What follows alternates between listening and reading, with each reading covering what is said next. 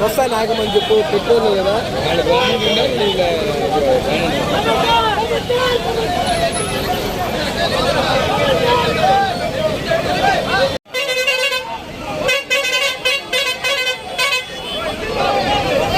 పట్టుకున్నా అన్నాడు పట్టుకు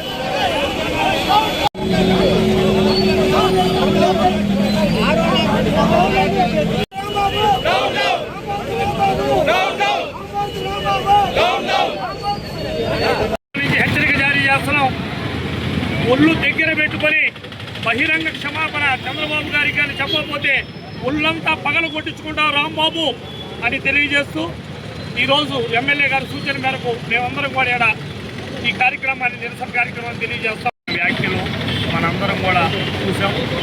సభ్య సమాజంలో మన్నపాత్ మజిదీ వాట్స్తో ఒక ముఖ్యమంత్రిగా ఉన్నటువంటి వ్యక్తి మీద దుర్భాషలాడటం. ఈ కార్యక్రమాన్ని మనం చూసినట్లయితే ప్రజలు 11 సీట్లతో ఈ బూత్ పార్టీకి బుద్ధి చెప్పినా కూడా వీళ్ళకి బుద్ధి లేకుండా విచిత్ర పదాలతోటి ప్రజల మధ్య గందరగోళం సృష్టించడానికి ఏదో ఒకటి క్రియేట్ చేస్తున్నారు. అదే వారి నాయకుడు జగన్మోహన్ రెడ్డి ఆదేశాలతో ఈ ముట్టుకురావడం జరుగుతుంది. ప్రజలందరూ కూడా నిశ్చంతగా గమనిస్తున్నారు. అప్పటి రాంబాబు లాంటి క్యారెక్టర్లు వైసీపీ గవర్నమెంట్లో చాలా ఉన్నాయి. ప్రజలు 11 సీట్లతో ఎడమ చెంప మీద కుడి చెంప మీద తమ నాయకులు ఈ రాష్ట్ర ప్రజలు దేవుడిని చూసినట్టు తెలియదు కానీ దేవుడిలాగా భావించే నారా చంద్రబాబు నాయుడు గారిని నీచాతి నీచంగా అసలు మామూలుగా రోడ్డు మీద తిరిగే వాళ్ళు కూడా ఎవరు కూడా ఆ విధంగా మాట్లాడరు. ఒక మాజీ మంత్రి మాజీ శాసనసభ్యుడు ఈ విధంగా మాట్లాడటం చాలా బాధాకరం. ఈరోజు తెలుగుదేశం పార్టీ నాయకులు మాత్రమే ఈరోజు నిరసన తెలిపారు అనుకుంటున్నారు. ప్రజలు తిరగబడే రోజు దగ్గర పడింది.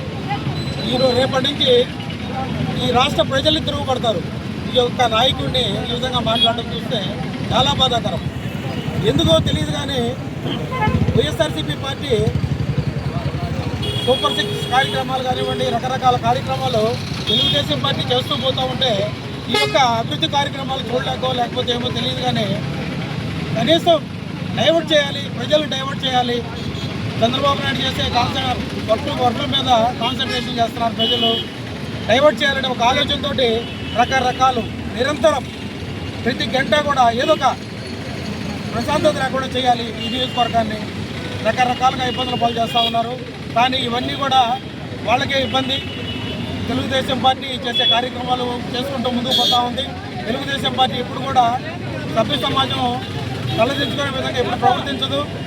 మీ విజ్ఞతకే వదిలేస్తున్నాం. అది మీ వైఎస్ఆర్సీపీలో అంతో ఎంతో అభిమానులు ఉన్న వాళ్ళు కూడా ఈరోజు తెలుసుకున్నారు.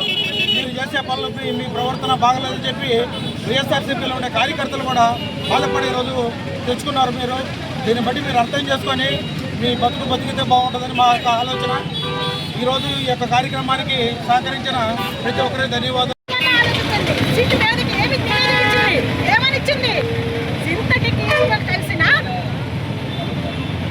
దాంట్లో కలుపుతున్నారని అది తెలియదా మీకు?